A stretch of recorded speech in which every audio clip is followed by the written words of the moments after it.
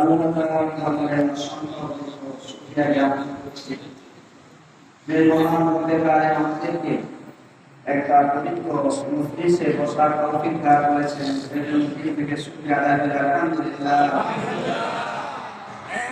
আজকে আমাদের সবাই আমাদের খুব ভালো লাগছে। সবচেয়ে বড় বেশি ভালো লাগছে এই জন্য যে আমরা তারাপল্লীতে মডেল মসজিদে একজন যোগ্য দক্ষ মুহাক্কিক ইলমি আমলি আখলাকি ইমাম ও খতিব পেয়েছি। এজন্য আমরা দিল থেকে শুকরিয়া আদায় করি আলহামদুলিল্লাহ। এই সামাদত বাজুয়ে ইস্তিকামা বখশন খোদায়ে বখশেন না। ফারসুনবী সিলসিলা রাহমাতুল্লাহ আলাইহি বলেন যে মানুষ তোমরা যে মহান সৌভাগ্য লাভ করেছো এই সৌভাগ্য বাহুবল দ্বারা অর্জন করা যায় না, ধনবল মনোবল জনবল দ্বারা অর্জন করা যায় না যদি মহান রব্বে কারীম কাউকে তৌফিক দান না করে। তোমরা মতো একজন ব্যক্তিকে আমরা এখানে ইমাম হিসেবে পেয়েছি, খতিব হিসেবে পেয়েছি, এজন্য আমরা তার পরিবেশে ধন্য। এর জন্য আমরা দিল থেকে আবার শুকরিয়া আদায় করি আলহামদুলিল্লাহ। আমরা তাকে এখানে আনতে পারতাম না, আল্লাহ তাআলা তাকে এখানে নিয়ে এসেছেন। আল্লাহ তাআলা আপন কুদরতে আমাদের ভাগ্যে লিখেছেন। যেমন হালিমাতু সাদিয়া রাদিয়াল্লাহু তাআলা আনহা তার ভাগ্যে রাসূলুল্লাহ সাল্লাল্লাহু আলাইহি ওয়াসাল্লামের লালন পালনের মতো সৌভাগ্যবান কাজকে আল্লাহ তাআলা তার জন্য নির্ধারণ করেছিল। ঠিক তদ্রূপ আমাদের এই এলাকার মুসলিমদের জন্য, মুসলমানদের জন্য, তারবাসীর জন্য আল্লাহ তাআলা আমাদের এই সৌভাগ্য লিখে দিয়েছেন। মানুষকে আমাদের এই অজপাড়া গায়ে পাঠিয়ে দিয়েছে। আসলে সামনে তো প্রশংসা করা উচিত না, কিন্তু প্রয়োজনের তাগিদে দু একটি কথা বলতেই হয়।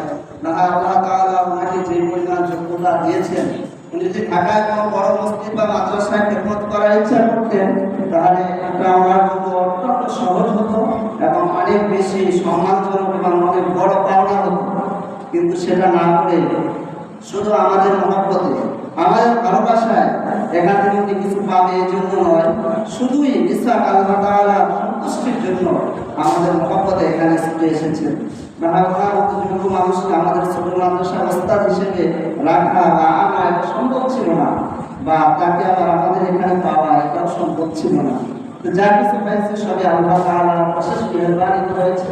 এটা আল্লাহর পক্ষ থেকে আমাদের জন্য অনেক বড় একটা নিয়ামত। এই জন্য নিয়ামতের শুকরিয়া আদায় করা দরকার।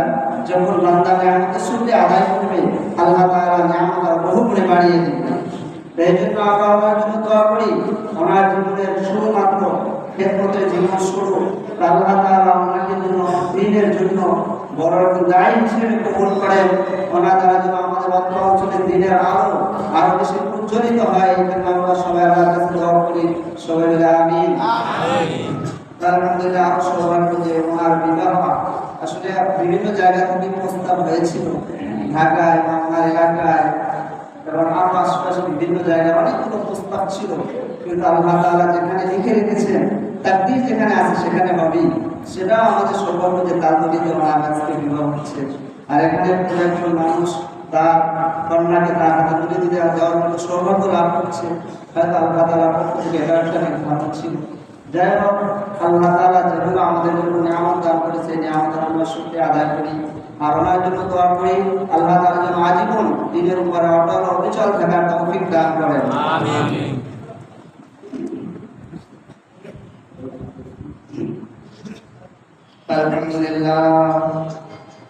আলহামদুলিল্লাহ নাহমাদুহু ওয়া নাস্তাঈনুহু ওয়া নাস্তাগফিরুহু ওয়া নাউযু বিল্লাহি মিন শুরুরি আনফুসিনা ওয়া মিন সাইয়্যাতি আ'মালিনা। من يهد الله فلا مضل له ومن يضلل فلا هادي له ونشهد ان لا اله الا الله وان محمدا عبده ورسوله فقد قال الله سبحانه وتعالى اعوذ بالله من الشيطان الرجيم بسم الله الرحمن الرحيم يا ايها الذين امنوا اتقوا الله حق تقاته ولا تموتن إلا وأنتم مسلمون فقد قال الله سبحانه وتعالى في آية أخرى يا أيها الناس اتقوا ربكم الذي خلقكم من نفس واحدة وخلق منها زوجها وبث منهما رجالا كثيرا ونساء واتقوا الله الذي تساءلون به والأرحام إن الله كان عليكم رقيبا. فقال رسول الله صلى الله عليه وسلم النكاح من سنتي فمن رغب عن سنتي فليس مني. فقال رسول الله صلى الله عليه وسلم من أحب سنتي فقد أحبني ومن أحبني كان معي في الجنة أو كما قال عليه الصلاة والسلام. Alhamdulillah.